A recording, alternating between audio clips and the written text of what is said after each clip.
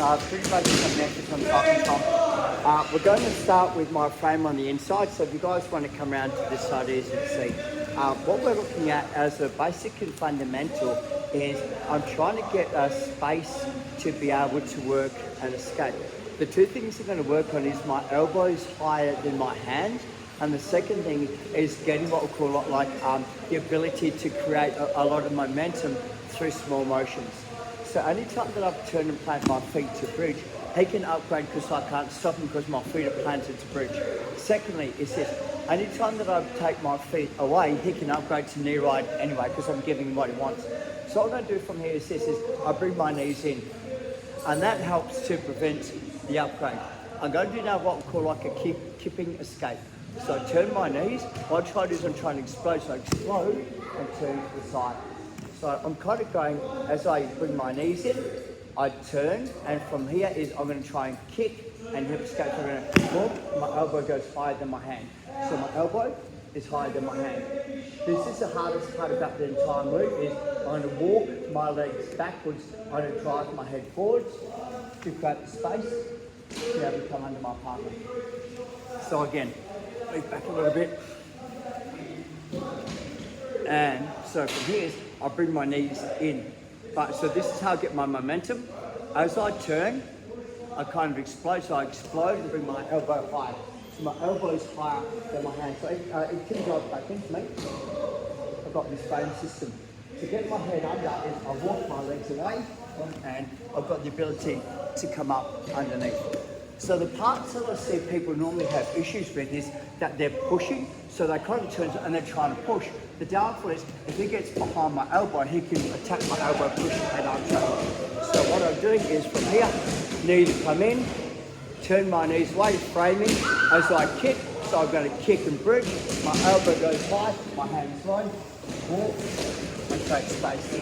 Come under my part. Okay, I'll talk you through this. We're now dealing with the person on the top of top. We're going to go through a very simple system that I like to do to stop the unhook escape. So see here. Anytime that I'm going to use the kipping escape to create space.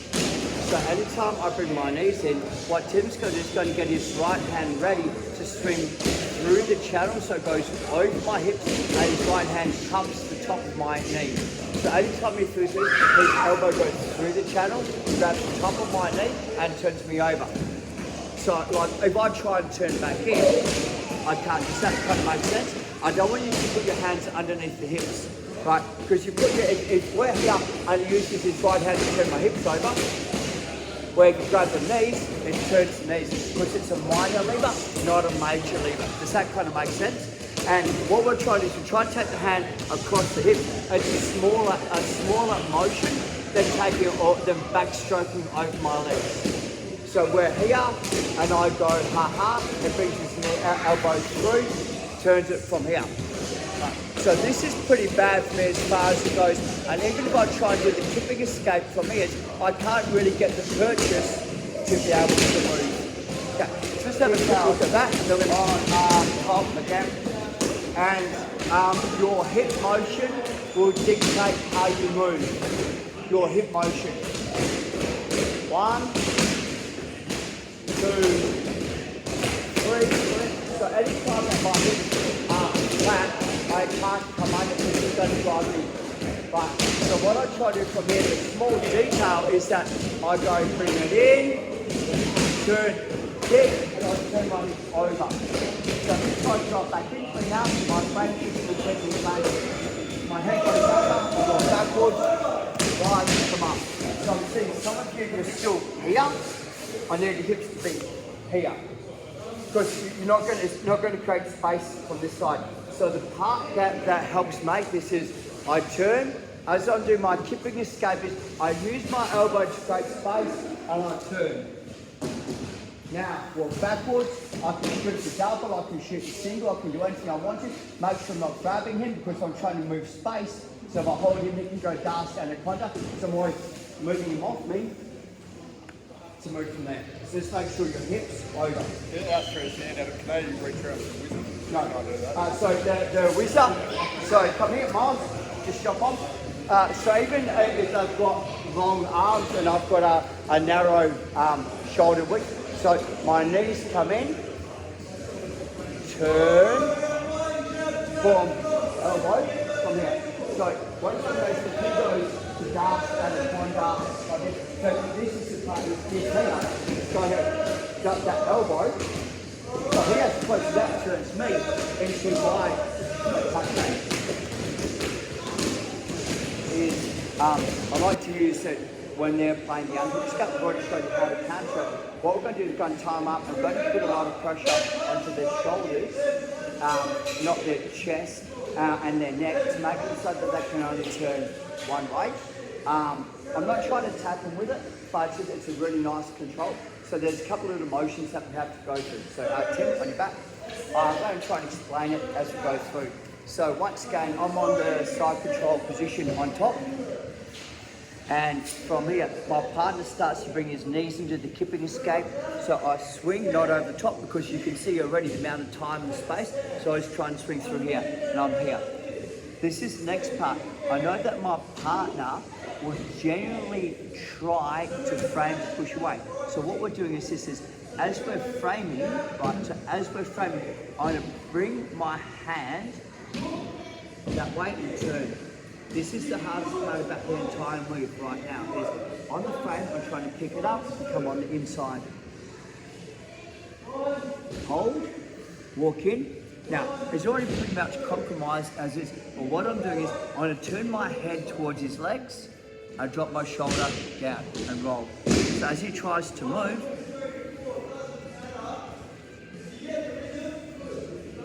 because he can only really move one way, which is the way that I want him to move. So when I first started to do this, just swing back a little bit, is I'd be here, and as my partner initiates this, I'd kind of go 1, 2, 3, and 4. So I've kind of set everything up. The downfall about being flat chest to chest is he can still swing his right elbow around. So what I'm trying to do from here is I turn my head down and put my pressure on. So now I'll swing to stop the underhook escape, and if he tries to move, it's kind of almost choking him. It's like the bomb flip style choke. Tony, okay. So I do this entrance in two ways. One, just down fraction. Thank you. So you can take up the whole screen. So the main entrance is that if I'm on side control, I know that it's going to frame to get out of here. So as it frames, I come backwards, right? I pick it up. Now, this is the hardest part. I'm going to swim to come through. My knee goes to the back of his head, and I'm here. If I'm this way here, it's got a frame system. So I turn my head, and I put pressure and here. So if he tries to move back towards me, a nice easy control. The other one was that he goes, I'm here, he brings his knees into the kipping escape, I swing through, boom, from here. Same deal, guys. I walk my hands in, walk my knee in. Turn towards the legs and put pressure inside here. So it's not going to tap him, or you might get a mat tap. You're not going to get a comp tap. It's not designed to tap him, but it's designed to make it really uncomfortable and for me to control. I can upgrade to knee right, I can upgrade to mount, but because it's facing the opposite way, it's very hard for you to kind of do too much about it.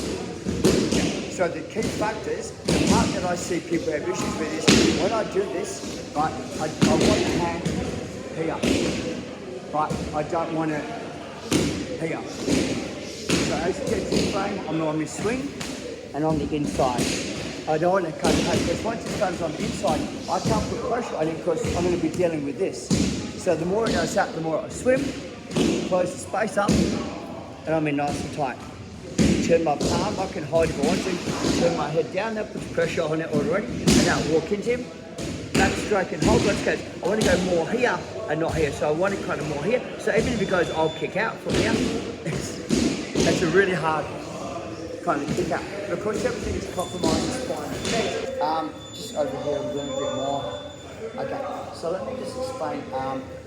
Can I get you 2, 3 steps this way? 1, 2, 3, 1, 2, 3, 2. Okay, so we're here as he gets his frame rotate, pick it up, swing, and I'm here. Let's have a look at that again. So slow motion. As I'm here, he pushes his frame, I rotate, I pick up the arm. Okay, so what I'm doing is, as I pick up the arm, I replace it with my knee, and I come under. Now, I drive. Turn my head, and I'm here. So my knee and my elbow are pretty much together. My weight. So are you comfortable there? So if I start to put pressure in, I say wiggle. Yeah. So I'm seeing something, you guys are kind of here. So what your left knee, you go underneath your left elbow. So I'm really top heavy on it. And I'm here. Now, turn my head. What I'm going to do to upgrade it, I push, and my knee comes here. I can scoop under. So what I'm seeing is, you guys are behind the shoulder. So that means if I'm upgrading, what am I upgrading over? Does that make sense? Where if I'm here, what am I upgrading over?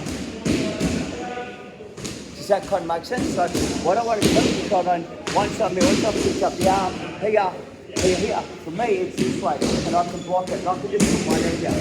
So a lot of the time, they're going to kind of go knee right, they're going to turn the knee right, and they get the ability to come underneath the arm. So now there's nothing to stop me from doing what? So you don't have to rush this, but I want you to really top heavy over, and I want to try and get underneath that arm, so there's no way I can push the knee away. You know, So, sometimes when I'm going against someone really strong, I can't break that on the left hand. I can't break the pressure. My pressure just pumps. I can't pass it. okay, come down. Right. Just slide down a little bit, and I'll get your head that way. Just pressure. So let me explain. So here, right, is I'm here. This is the issue that we have is, right, I'm going to turn this a fraction. So think about it this way, is the frame, the strength of the frame is in its structure. The strength of the frame is in its structure. So this is only strong as long as I'm driving into it. If I start to walk away from you, there's no more strength in it. So what I have is, like, I'm on it and I'm trying to be, so, and fight the stroke, like, so I'm like, no way. But if I walk backwards, so the issue that we have with this is, number one, is this is a problem. That is not so much a problem. This is a problem because I'm trying to fight it. But the more that I walk backwards, the more I can lift it because he's pushed me that way anyway. He's going to try and dig his elbow down to the ground. So I walk backwards to put my knee under.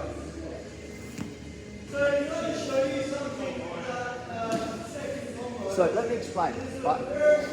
Jump on your back.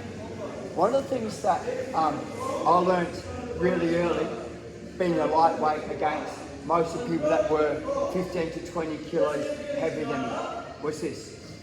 If I'm trying to get to mount, and I'm here, and I'm trying to get to mount, I'm going to go like this. I'm going to put all my weight on top. Now, you're going to go hard, get off me, and I'm going to get the upgrade. Like, seriously. So, instead of me kind of going, man, get rid of these frames, I'm going to go, hey, come on, bench press me. Everyone's going to go, get off me. And now, I get this super high mount because you use your frames to carry me where I want to be. Flip side, I'm here, and I'm trying, and he goes, like, no, it's good, son, I'm just going to go, okay. What happens? The frame becomes so long. Right, this is strong. This is weak. This is strong. This is weak. So if he keeps these here, I'm not going to beat his frame system, even if he's not as strong as me, right? But I'm going to go slow. I just watch your elbows. Watch. If I turn onto your whip, what happens to your frame system? If I turn through, what happens to your frame system? So it's more about manipulating the frame and not trying to fight it. Anytime I can get that in, that's the weak structure. Anytime I can get that past 90 degrees, the sides are deadlocked, it's a weak structure. So So my job is I try and get it so that it's in between this and it's in between this. So I'm here, driving goes, look, I'm like, okay, change the angle of the frame, put something on the inside, come in. You guys use the frame? Thank you. So it's more about how to fight that. Yeah. So it's not about fighting where the frames are strong, it's about taking them, I take the elbows away from the body. If I take the elbows away from the body, they're weaker. And number two, they're strong here, they're not so strong here, but definitely not so strong there. Have a quick play around that. Okay, so with this one here, it's, I'm not on purpose, but I'm going to end up in a compromised position. I'm going to end up with 5 seconds of shit for an eternity of glory to get out of it. So it's quite a mindset thing. And the more that I can make my partner believe and focus that they've trapped me and are on me, the better the result is. So I kind of want to get that little bit of shit, like just to go through, to get out of it. Okay, so Tim, I'm going to start with this. So Tim's ended up getting my arm up from here, and he's got his shoulder pressure in, and he's got me turned over. So I'm in this really bad compromised position. So the two things I want to do from here is the first part, and this sounds really weird, is I'm going to do what we call a shoulder crunch, but I'm kind of going to drive forwards and down. Secondly is this, I will probably most likely wrist lock you if you leave your hand there. I'm going to explain it in a second. Right. So I'm aiming to, so first thing that I do from here is I take it over and I'm trying to get my shoulder on top of his shoulder. That's the key, not my bicep. Try and get my shoulder on top of his shoulder from here. I walk backwards, I turn.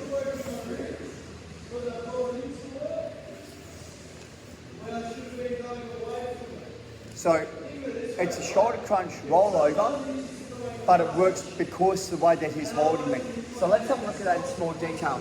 So he's got me to the side. So I can't do this move if I'm flat on my back.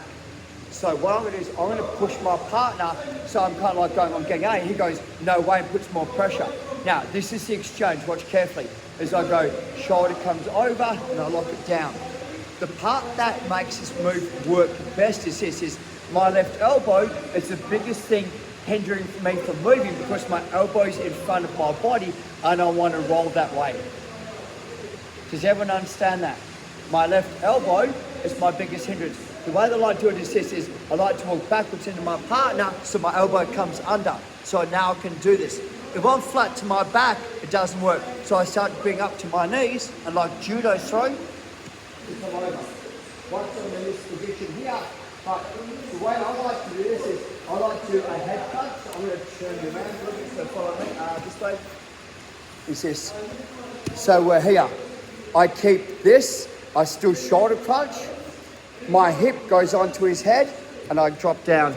And this will give me the position to start to kimura. If I roll off him, he can re-roll me back over. So I try to keep my body on one side. So let's have a look at that again. Would you like to see that? Yeah, sure. Oh, I'll do it to you soon, son. So once again, is the downfall, he's got this and he's got the shoulder pressure, his head's facing away. I can only move one way, so it's not much point fighting. So what I'm going to do is I'm going to start to go that way, here, but I push the head. And what I'm doing is I'm getting a little bit, so this is that shit. We're like mad on, so my shoulder has to come over and I push the head down. Okay, I move back under my partner to get my throw. Come up and I'm here. So I've got this ability.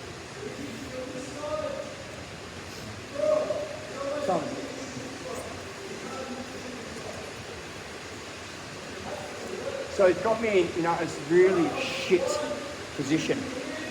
Do you know what I mean? So I turn to my side. First thing is I try and go like this, so no way. Second thing about it is I've got to get my shoulder over. So I kind of come here. Now what I'm doing is this. I don't take my hips over. I like to drive it in and start to tap the arm. Right. So the head push to stop them posting in the head? I'm not bridging. I'm not bridging. So this, so I'm going here. So when I go, so watch the small details. I go lock the shoulder, hip escape. So now, what am I doing with his head? So when I hip escape, well, it is his head goes by default. And now, so it's like I'm doing a throw. Well, we could kind of trademark this to maybe like ground judo or Mexican ground karate or something. We'll think of a trademark for it. Let's have a shot, guys. 1, 2, 3. When I first started to teach this, everyone gets confused between a cylinder, right? We're kind of a cylinder, but I need a fulcrum to tip them over. So when we're here, everyone's getting this part. So number one is this. So what I'm seeing is when we're turning, right, we're on our side, we're pushing down. There's no way my shoulder can come over his shoulder, now it's only that. So what I'm trying to do is this, I'm trying to go, I'll lock it in first, and now I'll push, so it's locked into position. Where if I push and lock, I'm not going to get anywhere near the same bite or the same purchase. So we're here, I'm on my side, left knee's in, good pressure, drag me down. So I kind of go like this, I go, lock it into position, push. Now watch the detail, I'm going to exaggerate. Watch my hips, watch my toes, watch my knees. 1, push.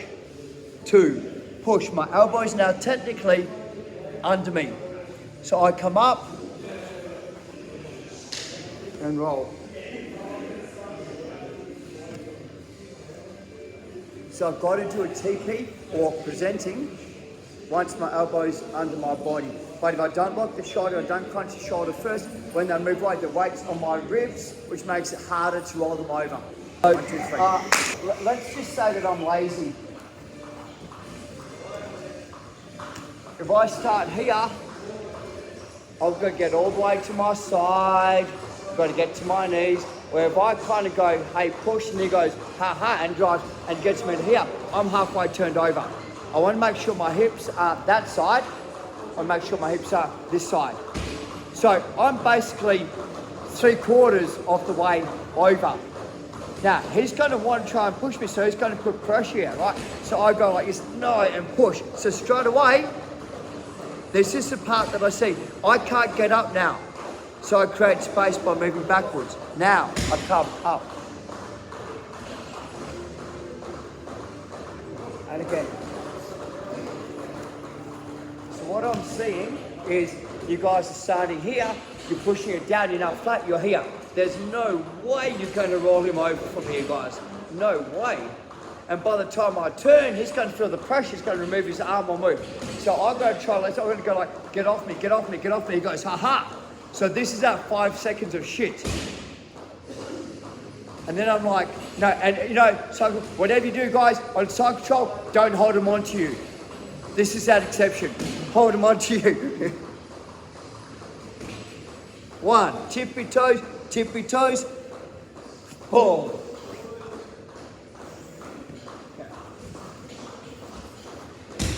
1, 2, 3.